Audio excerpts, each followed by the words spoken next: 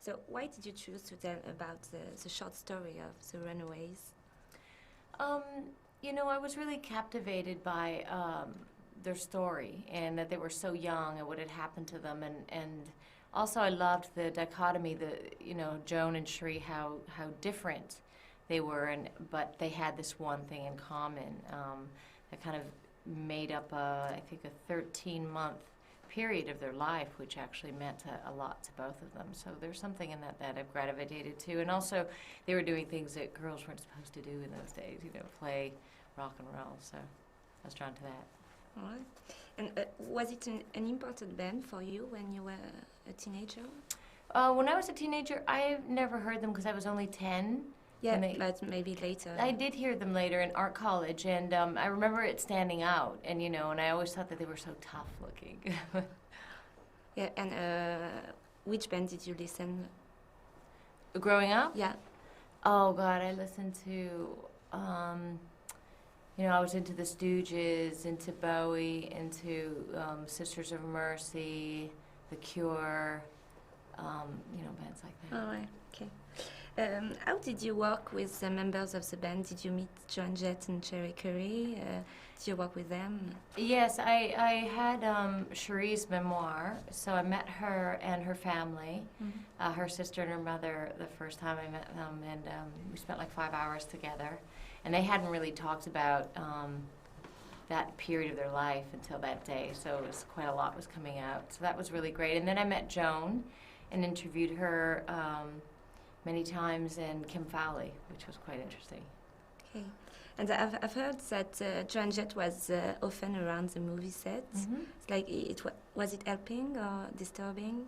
No, it was good. It was good. It was really, I think it was a lot of support, actually, for the actors. I think they felt, they were doing something credible if she was around. So it really helped support them in that way. And also, Kristen, she was working up until 2 weeks before we shot, so she didn't have much time with her. So I think that those days with her on set really helped also, because she just picked up her mannerisms as we went, and she really sponged off her. Yeah. And Kristen and Dakota, they seem to be perfectly casted, like they're perfect in the roles. Did you write the roles with them in your mind? Or did you find them through a casting? I knew I wanted to work with Kristen Stewart. I'd seen her in Into the Wild, and she was quite captivating, and she told a lot with her eyes. And I think for Joan's character, Joan doesn't really tell you how she's feeling all the time, so it's a lot, and that was really important for me. But Cherie, Dakota, for Cherie, I was writing for 3 years before I started to shoot, so she would have been too young. So she wasn't on my radar right off the top. And then she became 15 as we shot. She was 14 when I met her, and I was really excited she was interested in it. She really has a magic about her. Yeah. They're both very young, like 20, and I think Dakota is younger, but 15 when we shot. Yeah, so same age as Cherie. How did you have them getting the 70s atmosphere in mind?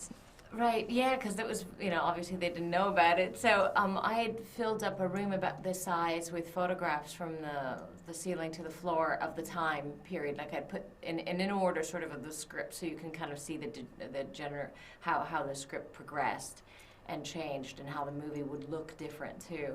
And so I had that, and then I had, because I wrote it and I'd been researching it for so long, I had binders, maybe 20 binders this full of pictures, and some of it were just the band. So they were able to look at the progression of the band, what they looked like, when they first started and at the end, but also just what was going on at the time.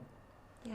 Anything from interiors to what was going on musically and stuff like that. So I think they were able to get immersed that way, also, and then just showing them tons and tons of.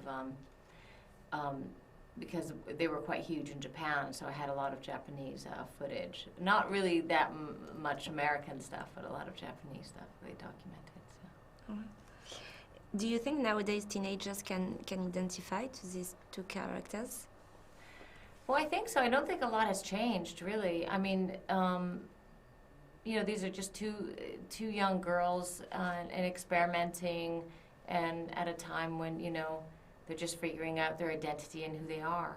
You know, at the same time, in this sort of backdrop of this rock and roll world.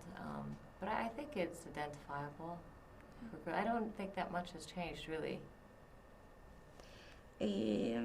How did Joan Jett and Cherry Carey react when they watched the movie? Well, I wasn't there when they watched the movie, but the reaction was good. I think it was harder maybe for Cherie to watch, you know, her life on screen. Yeah. But they have very fond memories of those times. So yeah, they liked it. Okay. And are you working on your second movie actually, or are you about to continue your video clips as well and music? I've done a couple. I mean, I've done one for Dead Weather, and I'm going to probably do a couple in between. But right now I'm actively searching what my next film will be, and I can kind of go anywhere. So it's exciting, but you know, nerve-wracking at the same time. And I haven't committed to anything yet. You don't know what it will be about? No, not yet. All right. Okay. Thank you. Thank you. Thank you very much.